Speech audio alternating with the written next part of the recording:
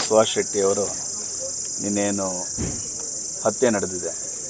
ಇವತ್ತು ಬೆಳಿಗ್ಗೆ ಎಜೆ ಆಸ್ಪತ್ರೆಯಿಂದ ಸುಮಾರು 9:30 ಒಳಗಡೆ ಇಲ್ಲಿಂದ ಅವರ ಅಂತಿಮ ದರ್ಶನ ಇಲ್ಲಿ ಯಾರೆಲ್ಲ ಕಾರ್ಯಕರ್ತರು ನಡೆಸಲಿಕ್ಕಿದ್ದಾರೆ ನಡೆಸಿದ ನಂತರ ಇಲ್ಲಿಂದ ಅವರ ಪಾರ್ಥಿವ ಶರೀರವನ್ನು BC ರೋಡಿನ ಮೂಲಕ ಕಾರಿಂಜ, ಬಂಟ್ವಾಳ ತಾಲೂಕಿನ ಕಾರಿಂಜದಲ್ಲಿರ್ತಕ್ಕಂಥ ಅವರ ಮನೆಗೆ ತೆಗೆದುಕೊಂಡು ಹೋಗ್ತಕ್ಕಂಥ ಒಂದು ಮೆರವಣಿಗೆ ನಡೀಲಿಕ್ಕಿದೆ. ಇದರಲ್ಲಿ ಕಾರ್ಯಕರ್ತರು ಭಾಗವಹಿಸಲಿಕ್ಕಿದ್ದಾರೆ. ಆ ಮೂಲಕ ಅಲ್ಲಿ ಅವರ ಕುಟುಂಬದ ಸದಸ್ಯರ ಎಲ್ಲ ಸೇರಿಕೊಂಡು ಏನು ಹಿಂದೂ ಧಾರ್ಮಿಕ ವಿಧಿವಿಧಾನ ಪ್ರಕಾರ ಅಂತ್ಯಕ್ರಿಯೆ ನಡೆಯುತ್ತೆ. ಖಂಡಿತವಾಗಿಯೂ ಏನು ಶಾಂತಿಯುತವಾಗಿರ್ತಕ್ಕಂಥ ರೀತಿಯಲ್ಲಿ ಪಾರ್ಥಿವ ಶರೀರವನ್ನು ಇಲ್ಲಿಂದ ಪೊಲೀಸರು ಇವತ್ತು ಅವರು ಹೇಳಿದ ರೀತಿಯಲ್ಲಿ ನಾವು ಅವರಿಗೆ ಸಹಕಾರ ಕೊಡ್ತೇವೆ ಅನ್ನುವಂಥದ್ದನ್ನು ನಾವು ಹೇಳಿದ್ದೇವೆ. ಖಂಡಿತವಾಗಿಯೂ ಯಾವುದೇ ರೀತಿಯಾಗಿರ್ತಕ್ಕಂಥ ಗೊಂದಲಗಳಿಗೆ ಅವಕಾಶ ಮಾಡಿಕೊಳ್ಳದ ರೀತಿಯಲ್ಲಿ ಪಾರ್ಥಿವ ಶರೀರವನ್ನು ತೆಗೆದುಕೊಂಡು ಹೋಗ್ತಕ್ಕಂಥ ಕೆಲಸ ಕಾರ್ಯಗಳನ್ನು ನಾವು ಮಾಡ್ತೇವೆ.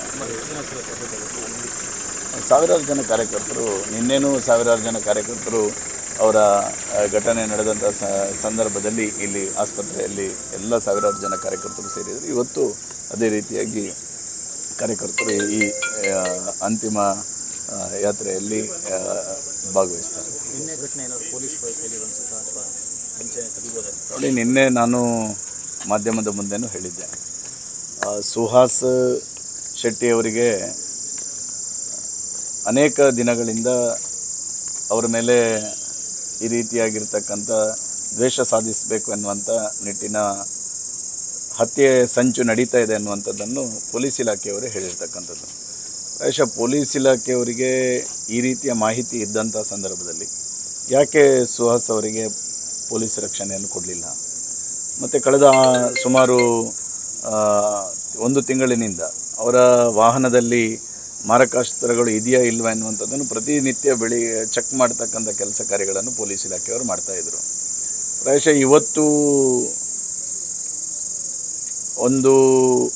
ಒಂದು ತಿಂಗಳ ಹಿಂದೆ ಸುಹಾಸ್ ಅವರನ್ನು ಮತ್ತು ಬೇರೆ ಸಂಬಂಧಪಟ್ಟಂಥ ಕೆಲವು ವ್ಯಕ್ತಿಗಳನ್ನು, ಹಿಂದೂ ಸಂಘಟನೆಯ ಪ್ರಮುಖರನ್ನು ಕರೆಸಿಬಿಟ್ಟು ಅವರನ್ನು ವಿಚಾರಣೆ ಮಾಡ್ತಕ್ಕಂಥ ಕೆಲಸ ಕಾರ್ಯಗಳನ್ನು ಸಹ ಪೊಲೀಸ್ ಇಲಾಖೆಯವರು ಮಾಡಿದರು. ಈ ಎಲ್ಲ ಮಾಹಿತಿಗಳು, ಯಾವುದೇ ಮಾರಕಾಸ್ತ್ರಗಳು ಇರೋದಿಲ್ಲ ಎನ್ನುವಂಥ ಮಾಹಿತಿಗಳು ಗೊತ್ತಿದ್ದದ್ದು ಯಾರಿಗೆ ಅಂತ ಕೇಳಿದರೆ ಪೊಲೀಸ್ ಇಲಾಖೆಯವರಿಗೆ. ಪೊಲೀಸ್ ಇಲಾಖೆಯ ಮಾಹಿತಿ ಇರುವಂಥ ಸಂದರ್ಭದಲ್ಲಿ 6 ಜನ ಒಂದು ವಾಹನದಲ್ಲಿದ್ದಾಗ ಏಕಾಏಕಿ ಮಾರಕಾಸ್ತ್ರಗಳಿಂದ ಹಲ್ಲೆ ಮಾಡ್ತಾರೆ, ಕೊಲೆ ಮಾಡ್ತಾರೆ ಅಂತ ಇದ್ದರೆ ಇವರಿಗೆ ಮಾಹಿತಿ ಕೊಟ್ಟವರು ಯಾರು?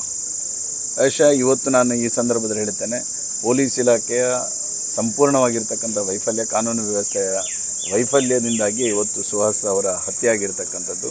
ಇದಕ್ಕೆ ನಮ್ಮ ಜಿಲ್ಲೆಯಲ್ಲಿ ಈಗಾಗಲೇ ಎಲ್ಲ ಪೊಲೀಸ್ ಇಲಾಖೆಯ ವ್ಯವಸ್ಥೆ ಅಡಿಯಲ್ಲೂ ಅತ್ಯಂತ ಹೆಚ್ಚು ಮುಸಲ್ಮಾನ ಅಧಿಕಾರಿಗಳು ಇವತ್ತು ಬಂದು ಸೇರಿರ್ತಕ್ಕಂಥದ್ದು.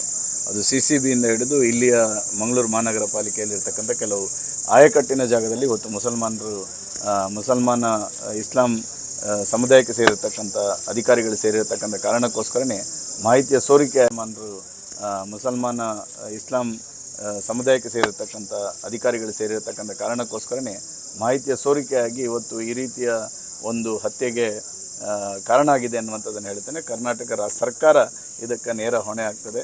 ಕಾನೂನು ವೈಫಲ್ಯವೇ ಇವತ್ತು ಸುಹಾಸ್ ಶೆಟ್ಟಿಯವರ ಹತ್ಯೆಗೆ ಕಾರಣ ಆಗಿದೆ. ಇಲಾಖೆ ಒಳಗಿನಿಂದ ಇನ್ಫಾರ್ಮೇಷನ್ ಆಗಿದೆ 100ಕ್ಕೆ 100. ಯಾಕಂತ ಹೇಳಿದರೆ ಆ ಸುಹಾಸ್ ಅವರ ವಾಹನದಲ್ಲಿ ಯಾವುದೇ ಮಾರಕಾಸ್ತ್ರಗಳನ್ನು ಇಡಬಾರ್ದು, ಅಂದರೆ ಆತ್ಮರಕ್ಷಣೆಗೋಸ್ಕರವೂ ಯಾವುದೇ ಒಂದು ದೊಣ್ಣೆ ಇರಬಾರ್ದು ಎನ್ನುವ ರೀತಿಯಲ್ಲಿ ಅವರನ್ನು ಅಷ್ಟು ಬೆನ್ನು ಹಿಡಿದಿದ್ದಾರೆ ಅಂತ ಹೇಳಿದರೆ ಯಾವ ಕಾರಣಕ್ಕೋಸ್ಕರ ಬೆನ್ನು ಹಿಡಿದಿದ್ದಾರೆ? ಇಲ್ಲದಿದ್ದರೆ ಇವರು ಪೊಲೀಸರು ಅವರಿಗೆ ಪ್ರೊಟೆಕ್ಷನ್ ಆದರೂ ಕೊಡಬೇಕಿತ್ತಲ್ಲ. ಅವ್ರ ಮೇಲೆ ಅಷ್ಟು ರೀತಿಯಾಗಿರ್ತಕ್ಕಂಥ ದ್ವೇಷ ಸಾಧಿಸ್ತಕ್ಕಂಥ ಹಲ್ಲೆ ನಡೆಸ್ತಕ್ಕಂಥ ಹತ್ಯೆ ಮಾಡ್ತಕ್ಕಂಥ ವ್ಯಕ್ತಿಗಳು ಇದ್ದಾರೆ ಅನ್ನುವಂಥದ್ದನ್ನು ಪೊಲೀಸ್ ಇಲಾಖೆ ಗೊತ್ತಿದ್ರು ಯಾಕೆ ನಿರ್ಲಕ್ಷ್ಯ ವಹಿಸಿರುವಂಥದ್ದು ಪ್ರಶ್ನೆ. ಸರ್, ಗಂಭೀರ ಆರೋಪ ಮಾಡ್ತಾರೆ ಸರ್ ನೀವು. ಪೊಲೀಸ್ ಇಲಾಖೆ ವೈಫಲ್ಯ ಒಂದು ಕಡೆ, ಮತ್ತೆ ಮಾಹಿತಿನೂ ಪೊಲೀಸ್ ಇಲಾಖೆ ಕೊಟ್ಟಿರೋ ಗಂಭೀರ ಆರೋಪ. ನೋಡಿ, ನಾನು ಹೇಳ್ತಾ ಇದ್ದೀನಿ, ಇವತ್ತು ಹೇಳ್ತಾ ಇದ್ದೀನಿ, ಪೊಲೀಸ್ನವರು ತನಿಖೆ ನಡೆಸಲಿ, ಉನ್ನತ ಮಟ್ಟದ ತನಿಖೆಗಳು ನಡೆಸಲಿ. ಕಳೆದ 1 ತಿಂಗಳಿನಿಂದ ಸುಹಾಸ್ ಅವರ ವಾಹನವನ್ನು ತಪಾಸಣೆ ಮಾಡತಕ್ಕಂಥದ್ದು, ಯಾವುದೇ ಅವರ ವಾಹನದಲ್ಲಿ ಯಾವುದೇ ರೀತಿ ಆತ್ಮರಕ್ಷಣೆಗೋಸ್ಕರನೂ ಇರೋದಂತಹ ಒಂದು ಅದು ಯಾವ ಒಂದು ದೊಣ್ಣೆ ಇರ್ಬೋದು ಅಥವಾ ಯಾವುದೇ ರೀತಿಯಾಗಿರ್ತಕ್ಕಂಥ ಆತ್ಮರಕ್ಷಣೆಗೆ ವ್ಯವಸ್ಥೆಗಳು ಇಲ್ಲದ ರೀತಿಯಲ್ಲಿ ನೋಡಿಕೊಂಡವ್ರು ಯಾರು? ಯಾಕೆ ಇವತ್ತು 6 ಜನ ಒಂದು ವಾಹನದಲ್ಲಿದ್ದಾಗಲೂ ಮಾರಕಾಸ್ತ್ರಗಳಿಂದ ಅಷ್ಟು ಧೈರ್ಯದಲ್ಲಿ ಬಂದಿದ್ದಾರೆ ಅಂತ ಹೇಳಿದ್ರೆ, ಆ ವಾಹನದಲ್ಲಿ ಯಾವುದೇ ರೀತಿಯಾಗಿರ್ತಕ್ಕಂಥ ಮಾರಕಾಸ್ತ್ರಗಳು ಇಲ್ಲ ಎನ್ನುವಂಥದ್ದು ಖಚಿತಪಟ್ಟುಕೊಂಡು ಬಂದಿರತಕ್ಕಂಥದ್ದಲ್ವಾ? ಮಾಹಿತಿ ಏನಿದೆ ಇದನ್ನು ಗಂಭೀರವಾಗಿದೆ. ಖಂಡಿತ ಇದನ್ನು ಉನ್ನತ ಮಟ್ಟದ ತನಿಖೆ ಆಗಬೇಕು. ಇದಕ್ಕೆ ಸಂಪೂರ್ಣವಾಗಿರ್ತಕ್ಕಂಥ ತನಿಖೆಯನ್ನು ರಾಜ್ಯ ಸರ್ಕಾರ ಮಾಡಬೇಕು. ಬಟ್ ಈ ರಾಜ್ಯ ಸರ್ಕಾರದ ಹತ್ರ ನನಗೆ ನಂಬಿಕೆ ಇಲ್ಲ. ರಾಷ್ಟ್ರೀಯ ತನಿಖಾ ತಂಡದ ಮೂಲಕನೇ ಇದರ ತನಿಖೆ ಆಗಬೇಕೆನ್ನುವಂಥ ಆಗ್ರಹವನ್ನು ಸಹ ಮಾಡ್ತಾರೆ. ಗಮನಕ್ಕೆ ತಂದಿರಾ ಸರ್? ಪರಮೇಶ್ವರ್ ಜೊತೆ ಮಾತಾಡಿ ಶಾಸಕರಾಗ್ತಾರೆ. ನೋಡಿ, ನಿನ್ನೆ ರಾತ್ರಿ ನಡೆದಿರ್ತಕ್ಕಂಥ ಘಟನೆ, ಇವತ್ತು ಈ ಬೆಳಗಿನವರೆಗೂ ನಾವು ಇಲ್ಲೇ ಇದ್ವಿ. ನಾವು ಏನು ಇಲ್ಲಿ ಸಂಬಂಧಪಟ್ಟಿರ್ತಕ್ಕಂಥ ಅಧಿಕಾರಿಗಳ ಜೊತೆ ನಾವು ಅದಕ್ಕೆ ಸಂಬಂಧಪಟ್ಟಂತೆ ನಾವು ಎಲ್ಲ ಜಿಲ್ಲೆಯ ಶಾಸಕರು ಮಾತಾಡಿದ್ದೇವೆ. ಇದಕ್ಕೆ ಸಂಬಂಧಪಟ್ಟಂತೆ ನಾವು ಯಾರ ಜೊತೆನೂ ಮಾತಾಡಲಿಕ್ಕೆ ಸಿದ್ಧ ಇದ್ದೇವೆ. ನಾವು ಯಾವುದೇ ರೀತಿಯಾಗಿ ಸುಹಾಸ್ ಅವರಿಗೆ ನ್ಯಾಯ ದೊರಕಿಸ್ತಕ್ಕಂಥ ನಿಟ್ಟಿನಲ್ಲಿ ಪ್ರಾಮಾಣಿಕವಾಗಿರ್ತಕ್ಕಂಥ ಹೋರಾಟವನ್ನು ನಾವು ಮಾಡ್ತೇವೆ. ಈ ರಾಜ್ಯದಲ್ಲಿ ಕಾಂಗ್ರೆಸ್ ಸರ್ಕಾರ ಅಧಿಕಾರಕ್ಕೆ ಬಂದ ನಂತರ ಹಿಂದೂ ಕಾರ್ಯಕರ್ತರಿಗೆ ರಕ್ಷಣೆ, ಹಿಂದೂ ಸಮಾಜವನ್ನು ಅಪಮಾನ ಮಾಡ್ತಕ್ಕಂಥ ಪ್ರವೃತ್ತಿ ಸಿದ್ದರಾಮಯ್ಯ ಅವರ ಸರ್ಕಾರದಲ್ಲಿ ಹಿಂದೆಯೂ ನಡೀತಾ ಇತ್ತು. ಆ ಚಾಳಿ ಮತ್ತೆ ಇವತ್ತು ಮುಂದುವರೆದಿರ್ತಕ್ಕಂಥದ್ದು. ಹಿಂದೂ ಸಮಾಜದ ರಕ್ಷಣೆಯ ದೃಷ್ಟಿಯಿಂದ ಹಿಂದೂ ಕಾರ್ಯಕರ್ತರು ಹಿಂದೂ ಸಮಾಜವನ್ನು ರಕ್ಷಣೆ ಮಾಡ್ತಕ್ಕಂಥ ಕೆಲಸ ಕಾರ್ಯಗಳನ್ನು ಮಾಡ್ತಾರೆ. ಈ ರಾಜ್ಯ ಸರ್ಕಾರ ಹತ್ರ ಆಗ್ರಹ ಮಾಡ್ತೇನೆ, ಹಿಂದೂ ಸಮಾಜದ ಈ ರೀತಿಯ ಸಮಾಜಕ್ಕೆ ಪದೇ ಪದೇ ಆಘಾತ ಮಾಡ್ತಕ್ಕಂಥದ್ದನ್ನು ಹಿಂದೂ ಸಮಾಜ ಸಹಿಸಿಕೊಳ್ಳುವುದಿಲ್ಲ ಎನ್ನುವಂಥ ಎಚ್ಚರಿಕೆಯನ್ನು ಸಹ ನಾನು ಈ ಸಂದರ್ಭದಲ್ಲಿ ಕೊಡ್ತೇನೆ. ನಿಖರ ಸುದ್ದಿ, ಸದಭಿರುಚಿಯ ಕಾರ್ಯಕ್ರಮ. ನೀವು ನೋಡ್ತಾ ಇದ್ದೀರಾ ಕಹಳೆ ನ್ಯೂಸ್, ಸಮಾಜದ ಜಾಗೃತಿಗಾಗಿ ವಸ್ತುನಿಷ್ಠ